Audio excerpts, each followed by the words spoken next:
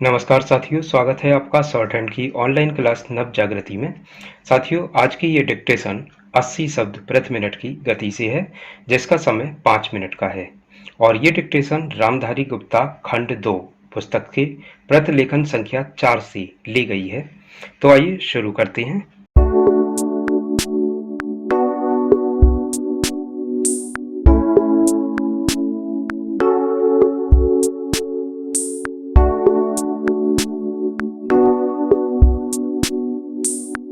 महोदय, कोसी नदी जिसे शोक और दुख का सूचक माना जाता है, इस वर्ष फिर अपने प्रकोप से महान हानि का कारण बनी। अब इस नदी पर काबू पाने और इसकी उपद्रवी लीला समाप्त करने के लिए भी योजना तैयार हो गई है। इस योजना की रूपरेखा तैयार हो चुकी है और निर्माण का काम हाथ में लिया जा चुका है।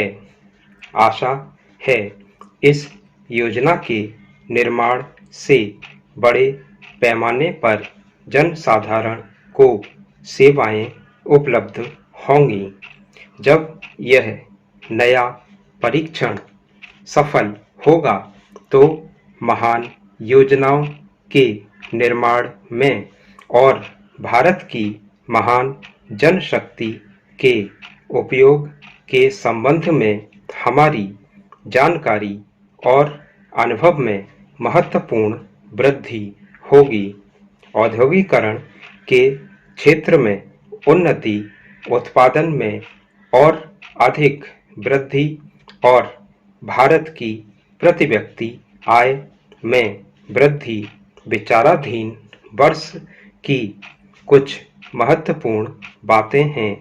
औद्योगिकरण के साथ ही रोजगार के क्षेत्र को विस्तृत करने के प्रयत्न भी बराबर जारी हैं।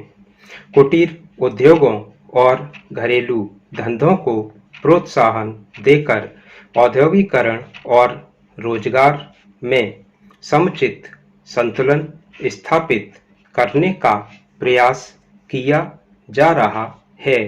यह बात सभी स्वीकार करते हैं कि यदि भारत के जनसाधारण को उदासीनता और हार मानने की भावना से मुक्त करना है तो बढ़ती हुई बेरोजगारी को दूर करने का उपाय करना होगा। इस दिशा में घरेलू उद्योग धंधे बहुत से लोगों को आंशिक या पूर्ण उपयोगी काम देकर इस समस्या का बहुत कुछ समाधान कर सकते हैं।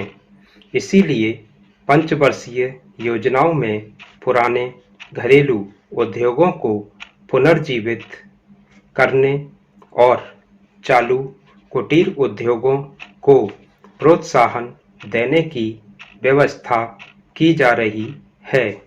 विदेशी मामलों के क्षेत्र में हमारी सफलता और भी अधिक है। हमारी नीति, जिसे मैं सक्रिय और सौद्देश्य तटस्थता की नीति कहना चाहूँगा। वास्तविक व्यवहार में किसी भी देश अथवा यहाँ के लोगों को अपना शत्रु न समझने की नीति है। इस नीति के फलस्वरूप हमें विश्व शांति के पक्ष की कुछ सेवा करने का अवसर मिला है। हम प्रसन्न और आभारी हैं कि संसार के राष्ट्रों में भारत का स्थान इतना ऊंचा है। इंडो चीन निरीक्षण और नियंत्रण अंतर्राष्ट्रीय आयोग की अध्यक्षता हमने स्वेच्छा से स्वीकार की है और हमारे नागरिक यथासाध्य उस देश में शांतिपूर्ण निर्वाचन संबंधी समस्याओं का सामना कर रहे हैं। हम सभी राष्ट्रीय अथवा अंतर्राष्ट्रीय समस्याओं का निपटारा शांतिपूर्ण ढंग से चाहते हैं। मुझे बहुत प्रसन्नता है कि भारत में फ्रांसीसी बस्तियों की समस्या शांति और सद्भावना के वातावरण में सुलझ चुकी है। शांतिपूर्ण प्रणाली की सफलता का वह एक महत्वपूर्ण उदाहरण है। दुर्भाग्य से भारत लगातार नया सीखने के लिए नवजागृति यूट्यूब चैनल को सब्सक्राइब करें, प्रेस करें बेल के आइकॉन को सबसे पहले नोटिफिकेशन पाने के लिए। वीडियो अच्छा लगे तो लाइक करें, दोस्तों के साथ शेयर करें। Thanks for watching.